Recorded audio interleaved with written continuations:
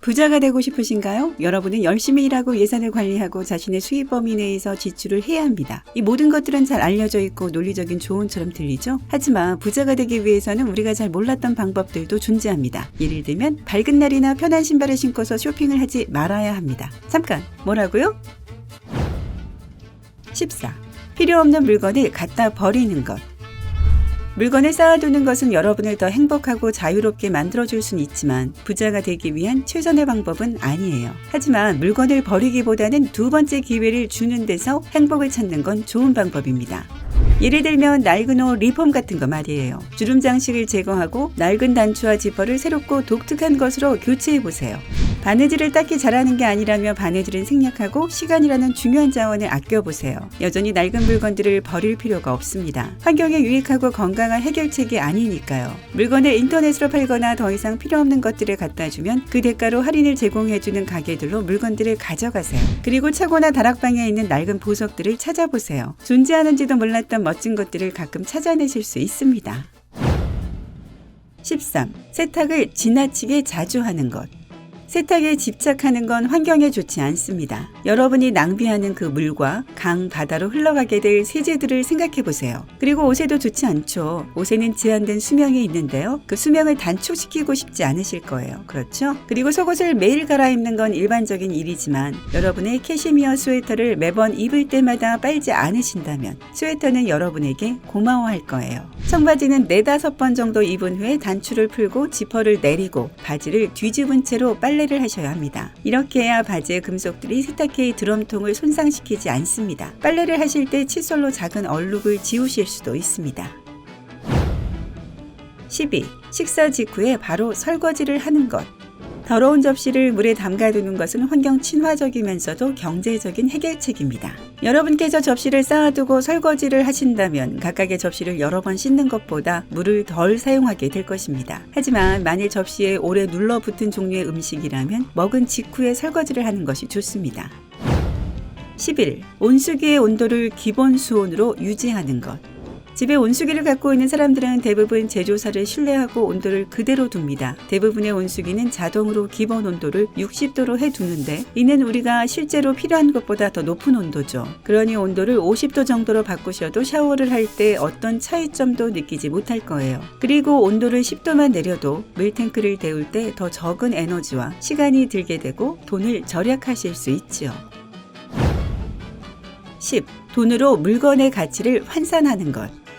여러분의 인건비와 시간으로 사고 싶은 물건의 가격을 계산해 보도록 하세요. 표준적으로 일주일에 40시간씩 일하면서 $600를 버신다면 여러분의 시급은 $15입니다. 여러분이 $300짜리 신발을 사고 싶으시다면 그 신발은 여러분의 3일치 노동과 같습니다. 이렇게라면 그 물건이 진정한 가치가 있는지를 쉽게 판단할 수 있습니다.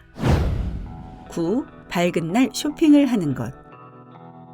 뉴욕 대학교와 호주의 시드니 대학교의 연구자들이 실시한 2017년 연구에서는 빛이 밝을 때 사람들이 더 위험을 감수하려고 하는 경향이 있다는 것을 보여줬습니다. 일상적인 장보기에서는 큰 차이점을 느끼지 못하실 수도 있어요. 하지만 대량 구매나 큰 재정적인 결정을 하실 때 우리의 균형 잡힌 생각을 위해서는 흐린 날씨가 더 이상적입니다. 8. 인스타그램을 개인적으로 하는 것.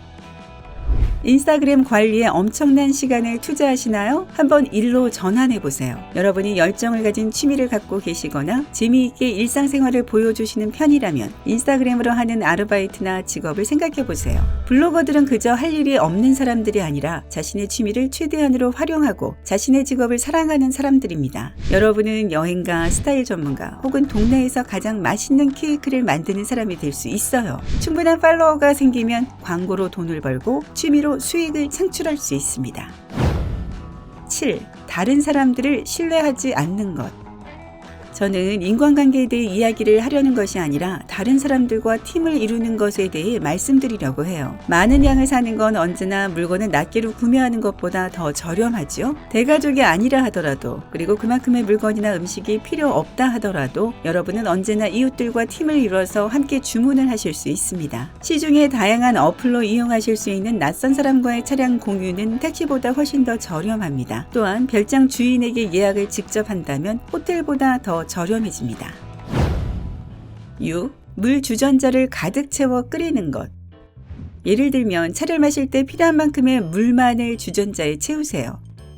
물을 절약할 뿐만 아니라 에너지도 아끼게 되므로 대자연은 여러분께 고마워할 거예요. 동시에 이는 여러분의 물 주전자의 상태를 확인하는 데 좋은 방법이며 물때가 끼지 않도록 해줍니다. 5. 단 한 번 사용할 것을 사는 것. 다시는 사용하지 않을 장비를 사러 다음번에 가게에 가기로 결정하는 대신 대여 가게에 가보도록 하세요. 그리고 이는 장비에만 국한된 이야기가 아닙니다. 여러분은 특별한 날을 위해 디자이너 브랜드의 가방, 신발, 원피스, 주얼리를 대여하실 수 있습니다.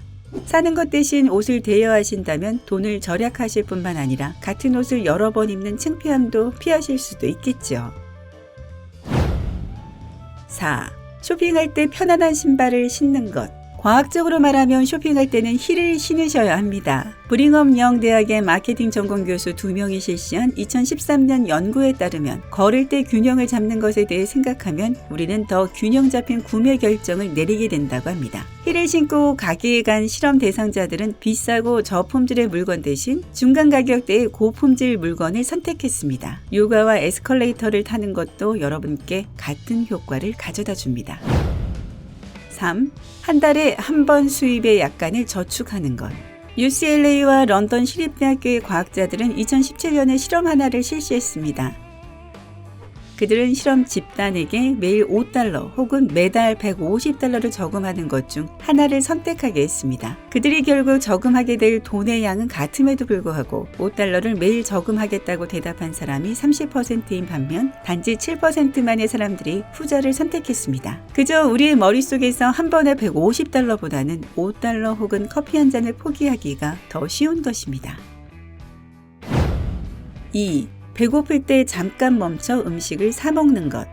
어디를 가는 중에 배가 고파서 패스트푸드 식당이나 가게에 멈추셨다면 여러분은 필요하지 않은 것에 돈을 지나치게 많이 쓰게 되거나 일을 마치지 못하게 될 확률이 큽니다. 그러니 차에 그래놀라바나 견과류 믹스와 같이 건강한 간식을 구비해 두세요. 이 방법은 여러분의 포만감을 지속해 줄 뿐만 아니라 차를 세우고 나갈 때 쓰게 될 시간과 돈을 절약해 주게 됩니다. 1. 쇼핑을 가기 전에 화장실에 가는 것. 노르웨이와 네덜란드의 심리학자들이 실시한 2011년의 연구에서는 피실험자들에게 어려운 선택을 하게 만든 후 이 사실을 발견했습니다. 예를 들면 그들은 $16 정도로 작지만 빠른 보상을 다음 날에 받는 것과 한 달 후에 $30 정도의 더 큰 금액을 받는 것 중 하나를 선택해야 했습니다. 사람들은 화장실에 가고 싶어 했을 때 더 좋은 결정을 내리는 편이었습니다. 이는 억제 과잉이라고 불리는 심리적 효과로 억제는 상관이 없어 보이는 것에게도 흘러 넘친다는 것입니다. 돈을 절약하기 위한 다른 꿀팁을 알고 계신가요? 댓글로 알려주세요. 오늘 뭔가를 배우셨다면 영상에 좋아요를 누르고 친구들과 공유해주세요. 저기 아직 가시면 안 돼요. 여러분에게 너무나도 유용할 2000개 이상의 멋진 영상이 기다리고 있거든요. 왼쪽 오른쪽 중 하나를 고른 후 즐겁게 감상하기만 하시면 돼요. 밝은 변과 함께 하세요.